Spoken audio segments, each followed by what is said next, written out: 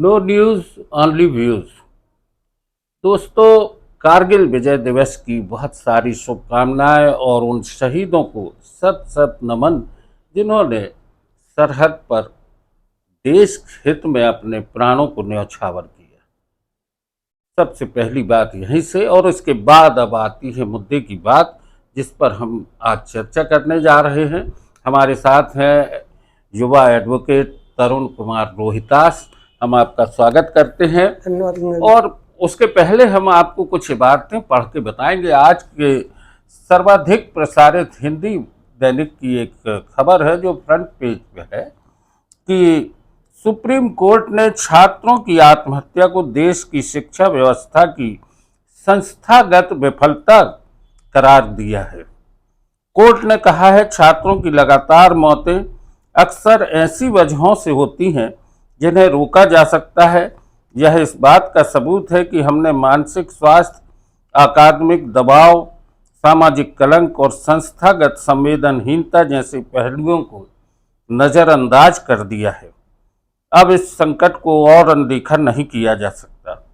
Justice Vikram Nath व justice Sandeep Mehta की पीठ ने आंध्र प्रदेश की 17 वर्षीय नीट छात्रा की संदिग्ध मौत के मामले में सुनवाई के दौरान यह टिप्पणी की है। इसके साथ ही एक और महत्वपूर्ण बात है जिसे कहना जरूरी है। कोर्ट ने महान दार्शनिक जिद्दू कृष्णमूर्ति की किताब education and the significations of life का उद्धरण भी दिया है, जिसमें कहा गया है, शिक्षा का उद्देश्य ऐसे मनुष्यों को गढ़ना है जो एकीकृत हों और सच में बुद्धिमान हों। ये सारी बातें कहने का मतलब ये है कि सुप्रीम कोर्ट या हाई कोर्ट ही संज्ञान लेंगे तब हमारी व्यवस्थाएं सुधरेंगी। मसलन देश में कई राज्यों में डबल इंजन की सरकार है। उच्च शिक्षा मंत्री हैं, स्कूल शिक्षा मंत्री हैं। इसके बावजूद हमारे देश के कोचिंग संस्थानों में अव्यवस्थाएं हैं, स्कूलों की स्थिति दयनीय है, टीचर्स नहीं है। तरुण भाई, आपको क्या लगता है कि सरकार क्या कर रही है? सरकार हाथ पे हाथ धरे बैठी है। देश के युवा और आने वाले भविष्य की जो पीढ़ी है वो शिक्षण संस्थाओं से ही होके निकलती है, जो बड़े बड़े आईएएस आईपीएस अधिकारी बनते हैं। पर आज के परिदृश्य में हम देखने को ये मिल रहा है कि शिक्षा व्यवस्था की हालत बहुत दयनीय और जर्जर हो चुकी है। जहाँ शिक्षा मंदिरों में अच्छे कुलगुरु होते थे, उनका भी आज अभाव हो रहा है। आज जो छात्र प्रताड़ित हो रहे हैं, पीड़ित हो रहे हैं, उनके ऊपर पढ़ाई का अधिक बोझ होने के कारण भी आत्महत्या हो रही है। तो ये सब आत्महत्याएं क्यों हो रही हैं? स्कूलों में आज भी अच्छे टीचरों की कमी है। उसके लिए भी क्या प्रदेश सरकार या केंद्र सरकार इस पे जब सुप्रीम कोर्ट या हाई कोर्ट इसमें संज्ञान लेगी तभी भर्ती करेंगे क्या केंद्र सरकार या प्रदेश सरकार को ये दिखता नहीं है कि शिक्षण संस्थाओं में अच्छे शिक्षकों की कमी है? साथ ही लगभग हमारे देश में 2.5 लाख शिक्षण संस्थान है जो शासकीय विद्यालय हैं, वहाँ पे जर्जर स्थिति में है। उनके सुधार के लिए कोई प्रयास नहीं किए जा रहे हैं। केंद्र के मंत्री हो, जो उच्च शिक्षा मंत्री हो, चाहे प्रदेश के शिक्षा मंत्री हैं, क्या सिर्फ एसी रूम में बैठक करके सिर्फ शिक्षा व्यवस्था के संबंध सिर्फ औपचारिकताएं पूरी कर रहे हैं? वर्चुअल मीटिंग करते हैं, तबादलों की नीतियां तय करते हैं।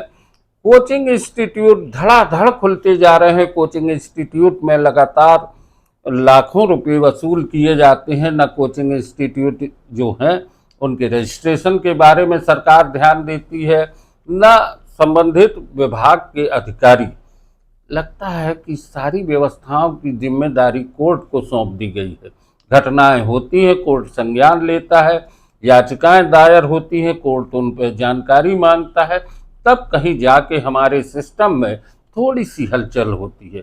आपको ध्यान होगा, कुछ माह पहले या कुछ वर्ष पहले दिल्ली में कोचिंग इंस्टीट्यूट एक था, उसमें पानी भर गया और उसके बेसमेंट में पानी भर जाने से बहुत से बच्चों की मौत हो गई थी। ऐसी घटनाएं सामने आती हैं। मंत्रियों की, विभागीय अधिकारियों की जिम्मेदारियों पर सवाल क्यों नहीं उठते? सवाल जो उठता है कि हमारी शिक्षण संस्थाएं बहुत अच्छी हों तो इन कोचिंग की आवश्यकता ही नहीं है, परंतु जब शिक्षा व्यवस्था और स्कूल में अच्छी शिक्षा नहीं मिलती है तो निजी शिक्षण संस्थाओं के साथ साथ कोचिंग की ओर छात्र अग्रसर होते हैं। परंतु सरकार को चाहिए कि जो कोचिंग संस्थान है वहाँ पर्याप्त रोशनी की व्यवस्था हो, पार्किंग की व्यवस्था हो, छात्रों की सुरक्षा के लिए सीसीटीवी कैमरे वगैरह लगाए हों। और जैसे कि आपने बताया महत्वपूर्ण विषय कि दिल्ली में विगत वर्ष एक कोचिंग संस्थान में भारी बारिश के कारण बेसमेंट में पानी भर गया। अचानक इतना ज़्यादा पानी भर गया कि काफ़ी हमारे युवा होनहार छात्रों को काल कलवित होना पड़ा, उनकी मृत्यु हुई। तो ये बहुत दयनीय स्थिति है। इसके लिए भी क्या केंद्र सरकार या राज्य सरकार कब संज्ञान लेगी? क्या सुप्रीम कोर्ट में कोई याचिका लगेगी तभी इस पे वो आगे आएंगे क्या? बहुत अच्छी बात की आपने कि अब ये खबर जिस तरीके से आज है, उसी अखबार के साइड बैनर में झालावाड़ राजस्थान के एक स्कूल की घटना भी दी गई है। एक छत गिर गई, शासकीय स्कूल है, सरकारी स्कूल है, उसकी छत गिरने से 7 बच्चों की मौत हो गई। तो आपको क्या लग रहा है कि सरकारी स्कूलों की व्यवस्थाएं भी बहुत दयनीय हो गई हैं, प्राइवेट स्कूलों को बढ़ावा दिया जा रहा है और ना सरकारी स्कूल। हमें लगता है कि सरकार सिर्फ टैक्स वसूली, जीएसटी और फीस के नाम पे जो पैसे आ रहे हैं उस पर ध्यान दे रही है।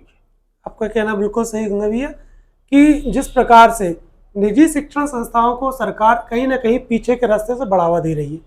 और अभी आपने देखा होगा पिछले बार आंकड़े भी आए कि अनेक सरकारी स्कूलों को बंद कर दिया गया और जो स्थिति सरकारी स्कूलों की जर्जर है उन पर सुधार के लिए कोई प्रयास नहीं किया जा रहा। आप देख सकते हैं 7 बच्चों की मौत हुई, 17 से 20 बच्चे घायल हो गए हैं। तो इसके लिए सरकार ही जिम्मेदार है और इसके लिए भी क्या वे कब प्रयास करेंगे इसके सुधार के लिए? अभी मध्य प्रदेश में भी बताया जा रहा है कि करीब 221 स्कूल जो हैं वो जर्जर हैं। जबलपुर में भी ऐसे कई स्कूलों की नाम आते हैं कि वहाँ पर छत जो है वहाँ की खपरेल टूटी हुई है, बच्चों को बैठने की मुकम्मल व्यवस्थाएं नहीं है। ये सारी चीज़ें जब घटनाएं होती हैं उसके बाद न सिर्फ प्रशासन जागता है बल्कि मंत्रालय से भी फिर निर्देश जारी होने लगते हैं। तो कब ये व्यवस्थाओं में सुधार होगा, कब जनता इन मुद्दों पर गंभीरता से ध्यान देगी? जिस प्रकार से हमारे समाचार पत्रों में और इलेक्ट्रॉनिक प्रिंट मीडिया के माध्यम से ऐसी घटनाएं और ऐसी जर्जर स्कूलों की स्थिति के बारे में जब सार्वजनिक रूप से मीडिया में आती हैं तब प्रशासनिक अधिकारी जागते हैं और फिर सरकार भी उस पर ध्यान देने के लिए मात्र औपचारिकता करती है, परंतु उसमें गंभीरता से कोई चिंतन नहीं कर रही सरकार। इसके लिए टोटल शिक्षा मंत्री और स्वास्थ्य विभाग के जो अधिकारी हैं उनको भी ध्यान देना चाहिए कि बच्चों को अच्छा स्वास्थ्य, अच्छी शिक्षा प्राप्त हो। आप देखते कि सुलभ सुविधाएं नहीं रहती हैं, मतलब अगर उनको इमरजेंसी में जाना है तो उसकी व्यवस्था नहीं है, रोशनी की पर्याप्त व्यवस्था नहीं है, बैठने के लिए वो ज़मीन पे बैठते हैं, जबकि सरकार एक फंड निर्धारित करती है बच्चों की अच्छी बेहतर शिक्षा के लिए, उनके बैठने के लिए, परंतु उसकी भी बहुत ज़्यादा कमी देखने मिल रही है। दोस्तों, तरुण कुमार रोहितास जी ने जो चिंता जाहिर की है वो निश्चित तौर पर यही चिंता है कि अगर ऐसे मुद्दों पर सरकार पहले से सजग रहे, शिक्षा मंत्री, उच्च शिक्षा मंत्री और जो भी प्रशासनिक अमला है वो अपने अपने ज़िलों में, अपने शहर में, अपने संभाग में जहाँ भी कोचिंग इंस्टीट्यूट खुले हैं उनकी प्रॉपर उनकी जानकारी ले कि वहाँ पर पढ़ाए जाने की व्यवस्थाएं क्या हैं और वहाँ पर बच्चों के मानसिक दबाव को कम करने के लिए क्या प्रयास हो रहे हैं, काउंसलिंग की क्या व्यवस्थाएं हैं।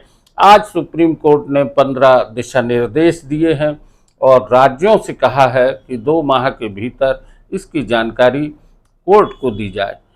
हो सकता है अब हलचल तेज हो जाए, लेकिन ये हलचल सिर्फ कोर्ट को जानकारी देने तक अगर रहेगी तो फिर कभी कोई घटना होगी, फिर कभी कोई अखबार में इसी तरह की खबरें आएंगी और शिक्षा मंत्री, उच्च शिक्षा मंत्री जांच कमेटियों के निर्णयों पर अपनी जवाबदारी डालकर बचते रहेंगे। इसलिए ज़रूरी है कि हर व्यक्ति इन सवालों को सरकार से पूछे और सरकार इसके लिए जवाबदेह हो।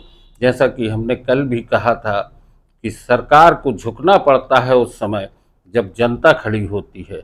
नो न्यूज ओनली व्यूज पर आज की चर्चा यहीं तक। तरुण कुमार रोहतास जी, आपने धन्यवाद चर्चा आपका, की, इंदु बहुत भैया। बहुत धन्यवाद। धन्यवाद।